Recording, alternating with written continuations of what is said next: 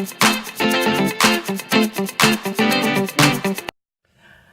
hi everybody, it's DearMamaSal and it's Monday. Just to let you know, for those of you who are keeping track on how I'm managing with this retirement thing, I managed to have a good night's sleep and I woke up about 9:30 finally and just went, okay, that'll do. Went and grabbed a coffee. I sort of messed around for most of the morning and then of course I had to go and get some mugs. Now, just hold on one second. For those of you who didn't see them, I ended up yesterday actually making a mug, and it caused a bit of a problem because suddenly all the broadcast viewers wanted a mug. So needless to say that I have spent this morning rushing out to go and get mugs, and if you hear the dishwasher going behind me, that's because I have just taken all the labels off the mugs and I'm now washing them just to make sure they're clean. And I'm obviously going to be making some custom mugs for people. It's really quite cute. So little did I know that my before I even start official day, because tomorrow will be the first official day of retirement, because this was a long weekend here in British Columbia anyway. So that's going to be a lot of fun. What I wanted to say though was that I had a really nice weekend, I must say. I went through sort of some ups and downs that you all know about, but that's part of life. But the good news is I'm really had a good weekend and I've learned lots and I've enjoyed learning lots. I realize that I'm going to have to completely tear my workroom apart and make it more suitable for what I'm doing, because obviously I'm going to make a big mess. The bed has to go. I need workspace and no bed. So that remains that I've got to sort out the other room so I can get the bed into the other room, and we'll take it from there.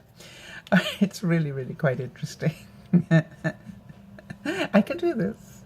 I've got the rest of my life, right? But in the meantime, I'll make a plan. I'm going to finish this off by reading you something that I received, because I think sometimes we forget, and especially those of the viewers who are my broadcast viewers, you forget how much you impact people. And I thought I would read you an email that I received quite recently. So thought for the day is, keep learning. Definitely. I would say that I've had so much fun learning something new. Expect to fail. That's part of learning and a part of life. I also, funnily enough, just before I think of this, before I stop this, had a comment from a viewer who asked me how on earth was I going to survive retirement, and just in terms of how I was going to do that. And I don't think that the person concerned was actually asking me for my financial background, but I do believe that they had a genuine interest in, retirement isn't the same as it was many years ago. And especially for a lot of people who maybe haven't taken quite the care that they should have done to set that all up. And so what I said to the person who wrote to me, and what I say to all of you, is you really do need to work on different streams of income. Now, what I mean by different streams of income is I, for example, have a house that has a suite in it. So my number one stream of income is rent. And the second thing, is I have a pension, albeit small, not enough for me to survive on, quite honestly, but it's another stream of income. I have other things that I do that bring me in income. I, deal with people privately, one-on-one, people who've got issues that would like some help, and I do that. It's another stream of income. And now, of course, I'm starting to play with the die cutter so that I can make mugs and t-shirts and things like that for people. And, that's going to be another stream of income. So really what I'm looking at is different streams. Oh, I forgot to mention YouTube. As you know, YouTube at the moment doesn't pay me more than the price of my telephone bill. But, as it all grows, it all brings more streams of income. I wonder if that makes sense to people. So here's my challenge to all of you. How many streams of income can you start working on? It doesn't really matter what skills you have, but most people have a skill or two or three, some many more, that can bring some stream of income. I know people, for example, who are buying things online, up-purposing them, and then reselling them. I think the message I'd like to send everybody is don't expect for the government, whichever government you pay money to pay for all your needs, because it's not going to, I don't think in this day and age it's going to happen. So be prepared to plan to actually do it a different way. And even if you haven't done all that you should have done, it's never too late to start another stream of income. All right. So I hope that makes sense to some of you. By the way, don't be a victim, be a victor. You know what I mean? Don't go, oh, it's not fair, I don't have enough, Do something. Do something. I just get so frustrated with people who are more capable than I am, who are really quite upset because life isn't bringing them what they want. And my attitude is, then go find it.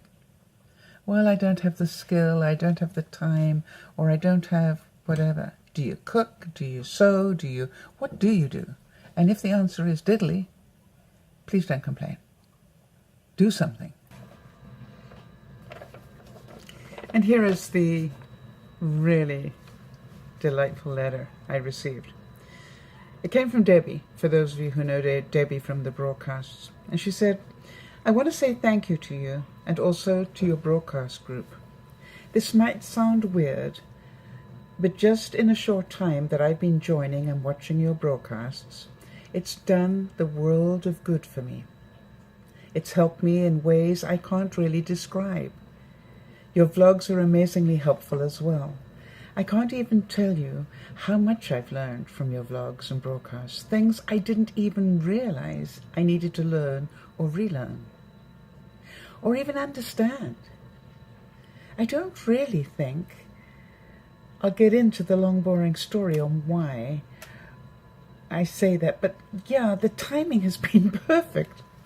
Needless to say, you're an amazing person with incredible wisdom, and the fact that you're so willing to share your wisdom and experience with people with a true passion behind it, and with a goal to possibly help other people, or even just give them something to relate to. It's truly remarkable and incredibly giving. You're a gem, my dear. You really are. So again, thank you. Wow, Debbie, thank you very much indeed. And for those of you who are wondering why come to a broadcast, you sometimes will be amazed what you will learn. Looking forward to seeing it. This is DearMamaSal saying bye-bye for now.